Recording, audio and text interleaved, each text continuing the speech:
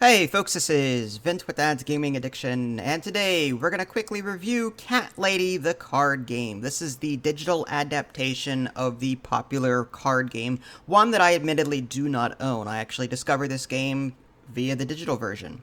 You can find this on Steam for roughly $5. It is 50% off until July 8th, probably the end of Steam summer sale. So what is Cat Lady the card game? Well, it is a very cute and charming set collecting game. It doesn't take all that long to play, maybe 10-15 minutes. Maybe a little bit longer if you're the type of person to sit there and really think about their decisions. So what can you do in this game? Well, there is a 3x3 grid. And what you're going to be doing is you're going to be picking either a row or a column, and you get the 3 cards in that row or column.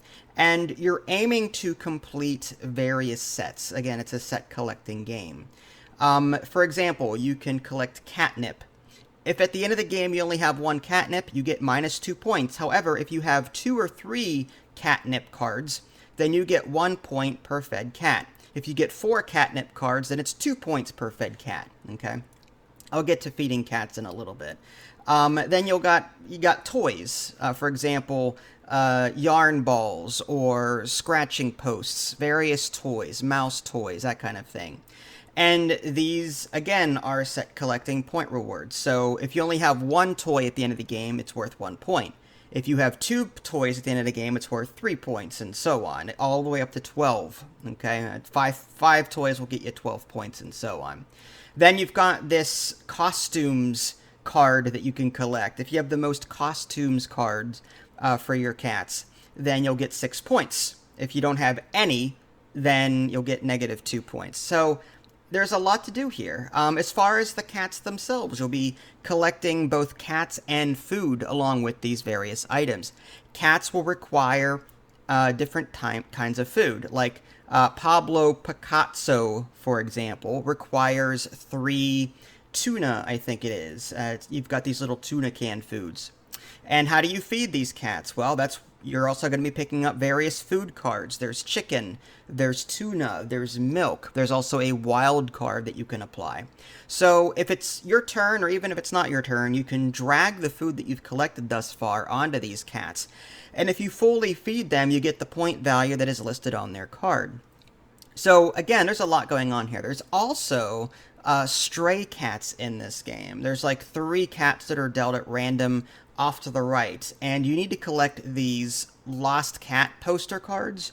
If you get 2 of them, then you can choose one of the stray cats to have. And typically, these cats will reward you victory points at the end of the game based off of certain criteria. Like, if you fed this many colored cats, then that's how many points that this cat is worth. So it has a variable victory point reward depending on what you've done throughout the game. So I'm going to keep this nice and brief. It's very charming. It's easy to learn, easy to play. There's a room full of rewards, like for achievements, that kind of thing. And they don't actually give you anything in-game, but if you like filling up an achievement screen, which is like a room with various objects in it, then you'll like that. My complaint really is that even though there's 3 difficulty modes, easy, normal, and hard, easy is still very difficult and you'll lose on a regular basis. I would have preferred easy mode to be easier for first-time players. There's also a physical expansion to this game in terms of, like, again, this is based off of an actual card game. There's an expansion called, like, I don't know, More Treats or something like that, and it expands the player count, adds more content. The digital version does not have this. So my only complaint really is the difficulty and the lack of customization and content in the core game. Yes, it's good enough. It'll get you by 10-15 minutes and you can move on to something else. I think that there's a lot more that could be done with this game that isn't. So yeah, you're getting what you pay for. I understand that. But I would gladly pay a little bit more money for a more complicated version of this, if that makes any sense. So there you go, the Cat Lady, the card game. Do I recommend it? Absolutely yes. If you guys haven't already, subscribe to me on Twitch and YouTube.